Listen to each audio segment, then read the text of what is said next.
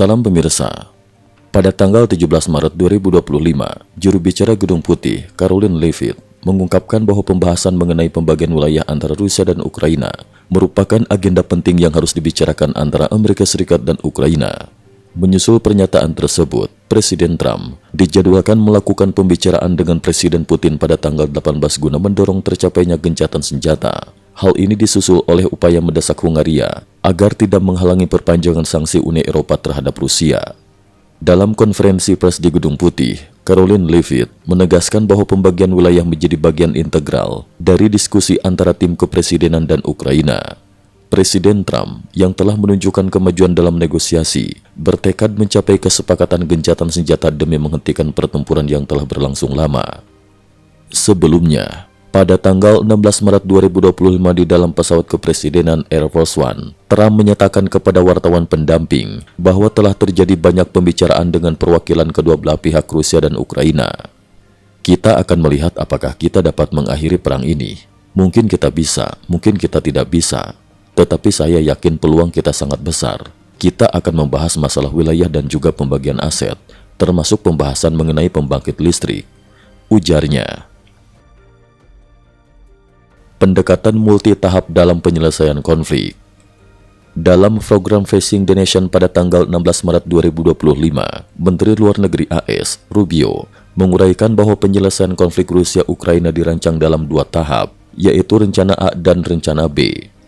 Rencana A bertujuan untuk segera menghentikan pertempuran, sementara Rencana B mengundang berbagai pihak ke meja perundingan untuk mencari solusi jangka panjang yang mengakomodasi kebutuhan semua pihak. Di tengah kondisi perang yang masih berlangsung, langkah tegas untuk mencapai gencatan senjata tetap menjadi prioritas utama, sejalan dengan peringatan Trump yang pernah mengancam penerapan sanksi baru jika Kremlin tidak menyetujui gencatan senjata. Pandangan Rusia dan pernyataan dari Prancis. Menanggapi perkembangan tersebut, Wakil Menteri Luar Negeri Rusia, Alexander Grushko, pada tanggal 17 Maret 2025, menyampaikan kepada media bahwa kesepakatan damai harus memastikan Ukraina tidak bergabung dengan NATO. Menurutnya, kehadiran pasukan NATO, baik atas nama Uni Eropa, NATO secara individual, maupun negara lain, akan dianggap sebagai keterlibatan langsung dalam konflik. Sementara itu, Presiden Prancis, Macron, menyatakan bahwa apabila Ukraina menginginkan keanggotaan aliansi militer, Rusia tidak berhak menentukan penerimaan tersebut. Desakan terhadap kebijakan sanksi dan isu tawanan perang. Dalam perkembangan lain, Rubio menghubungi Menteri Luar Negeri Hungaria, Peter Szijjártó, mendesak agar Hungaria tidak mengacaukan kebijakan perpanjangan sanksi Uni Eropa terhadap Rusia. Keengganan Perdana Menteri Hungaria, Viktor Orbán, untuk mendukung perpanjangan sanksi akhirnya membuat Hungaria kehilangan hak vetonya. Sumber intelijen Amerika mengungkapkan bahwa melalui penyadapan komunikasi antara Rusia dan Korea Utara, kedua negara tengah membahas nasib tawanan perang di wilayah Kursk. Kim Jong-un dilaporkan meminta agar tawanan tidak dibawa ke Korea Selatan.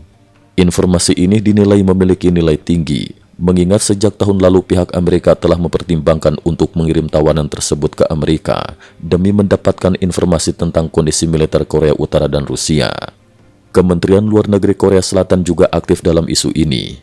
Pada tanggal 17 Maret 2025, Menteri Luar Negeri Korea, Cho Tae-yul, melakukan pembicaraan telepon dengan Menteri Luar Negeri Ukraina Sybiha guna membahas bantuan untuk mencapai gencatan senjata dan isu tawanan perang di Korea Utara.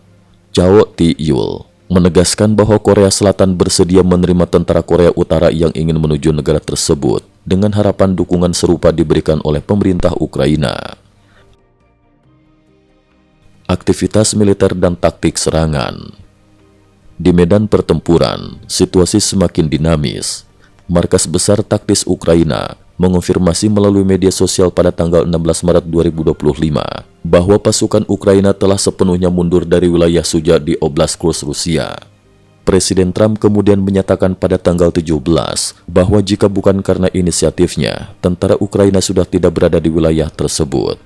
Video yang beredar menunjukkan serangan drone Ukraina terhadap sebuah tempat pelatihan militer Rusia di dekat Biljazh yang mengakibatkan kebakaran. Selain itu, Presiden Zelensky mengumumkan melalui media sosial bahwa Ukraina telah melakukan uji coba rudal jarak jauh baru, Long Neptune.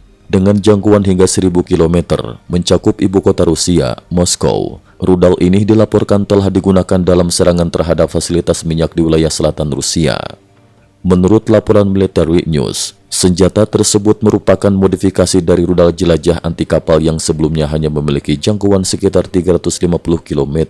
Namun kini jangkauannya meningkat signifikan dengan bantuan informasi posisi satelit untuk serangan presisi. Cukup sekian dulu, terima kasih atas perhatiannya.